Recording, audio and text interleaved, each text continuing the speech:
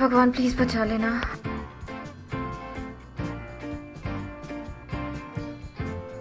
Shit, सबने paper start भी कर लिया। ओह गॉड।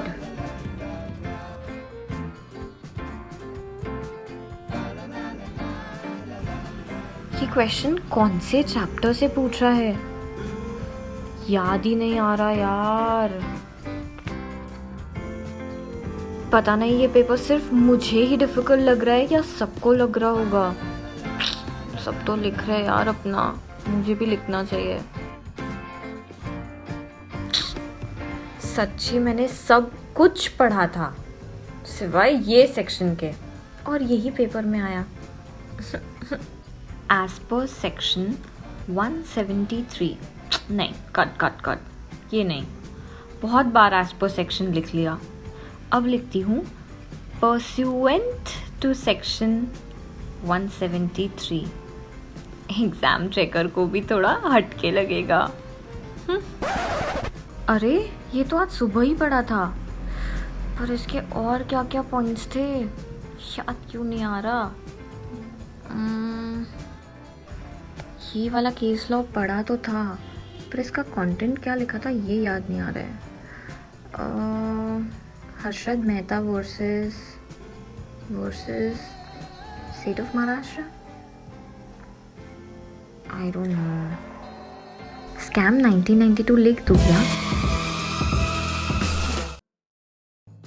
है इसको सप्लीमेंट लग रही है।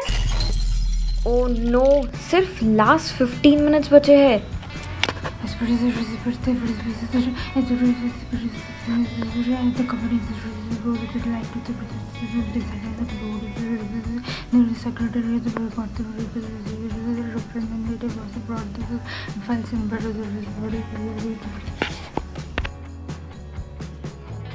यार लास्ट 3 क्वेश्चंस तो छूट ही गए। How many thoughts did you have while you were writing your exam paper? Do let me know in the chat box. I am so sure इसमें से एटलीस्ट 2 या 3 तो ऐसे थॉट्स होंगे ही जो जब आप एग्जाम पेपर लिख रहे होगे या टेस्ट पेपर लिख रहे होगे या वीकली टेस्ट सॉल्व कर रहे होगे तब आपको आए होंगे। And so I have come up with answer writing embellishments.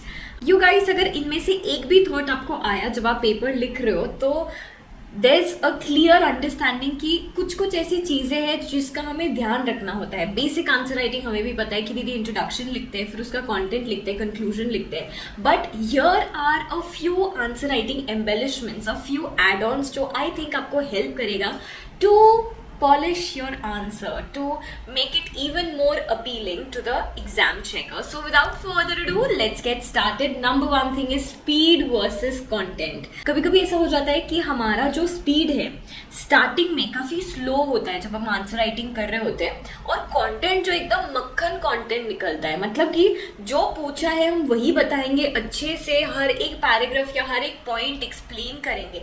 लेकिन जैसे जैसे 1 आवर या 1.5 आवर 2 आवर्स हो जाते हैं, उसके बाद हमें पता चलता है ओ कितना सारा बचा है हमारा लिखना, and then we start writing and start scribbling and then our speed increases, but it should not be the case.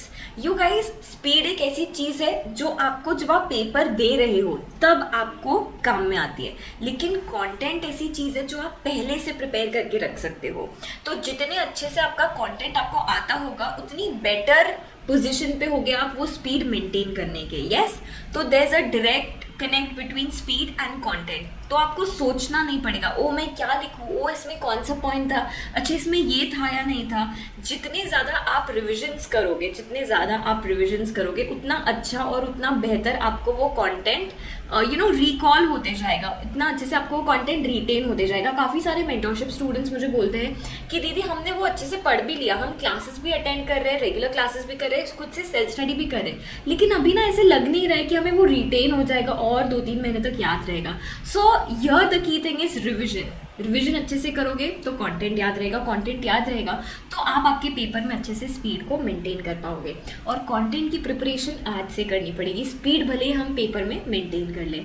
Next point is new question new page. इतने सारे मैंने आंसर्स जो ICSI के चेक्ड आंसर शीट से वो देखे, और मैंने ये एक कॉमन चीज़ नोटिस की है जो कि सारे ऑल इंडिया रैंकर्स भी फॉलो करते हैं, दैट इज वो लोग न्यू क्वेश्चन न्यू पेज से स्टार्ट करते हैं। ऐसा नहीं कि क्वेश्चन 1 का ए मैं एक पेज पे लिख रही हूँ, उसके बाद ही क्योंकि स्पेस बचा है तो फिर मैं बी भी वहाँ पर ही लिख रही हूँ। नो, क्वेश्चन 1 ए एक पेज, अगर उसमें कुछ लाइन्स छूट जाती है तो छोड़ दीजिए, दूसरे पेज पे क्वेश्चन 1 बी, ऐसे करके अगर आप लिखोगे तो आपका पेपर काफ़ी नीट दिखेगा। Yes, next is underline. लेकिन मैंने ना मेरे मेंटरशिप स्टूडेंट्स के टेस्ट पेपर्स में काफ़ी सारा देखा है कि मैंने उनको बोला था ठीक है कि आप अंडरलाइन करना, अभी उन्होंने ना सारे एक एक दो जो इंपॉर्टेंट सेंटेंसेस होते हैं वही अंडरलाइन कर लिए। ऐसा नहीं चलता है, आपको सिर्फ और सिर्फ कीवर्ड्स अंडरलाइन करने हैं। Yes, if you underline the keywords, actually जो एग्जाम चेकर होता है वो इतने सारे पेपर्स चेक करता है, तो जब वो आपका पेपर चेक कर रहा होता है, अब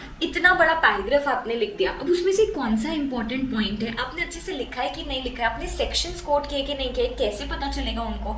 इफ़ यू अंडरलाइन इट, अगर उनको वो हाईलाइट मतलब प्राइमा फेसी पेपर देख कर ही अगर उनको पता चल गया कि ओ आपने तो मेंशन किया है, तो वो ऐसे ही आपको मार्क्स दे पाएंगे, उनके लिए उनका काम आसान हो जाएगा। Next is answer construction.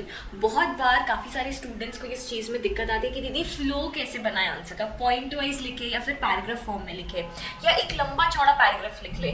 You guys, कभी भी एक लंबा चौड़ा पैराग्राफ आपने नहीं लिखना है। अगर आपको ऐसे लगता है कि यहाँ पे मैं पॉइंट वाइज आंसर नहीं लिख सकता हूँ, तो आप आपका आंसर 3 पैराग्राफ्स में डिवाइड कर सकते हैं। फर्स्ट पैराग्राफ में सेक्शन नंबर कोड करके, इंट्रोडक्शन कोड करके, अगर कोई कॉन्सेप्ट पूछा है तो उसका मीनिंग बता के, सेकेंड पैराग्राफ में उसका प्रोविजन बता के और उसको और थोड़ा एक्सप्लेन करके, और लास्ट पैराग्राफ अपनी कंक्लूजन के लिए रखना है। अगर आपको क्वेश्चन में ऐसा कुछ पूछा है कि कमेंट, इज दिस ट्रू और इज द कंटेंशन करेक्ट, तो आप कंक्लूजन में लिखते हो कि yes the contention is correct. आप कभी भी स्टार्टिंग से स्टार्ट नहीं करते हो कि हाँ ऐसा है या हाँ वैसा है, पहले पूरा सपोर्टिंग आंसर दो और लास्ट में कंक्लूजन लिखो। Yes, and last is presentation of paper.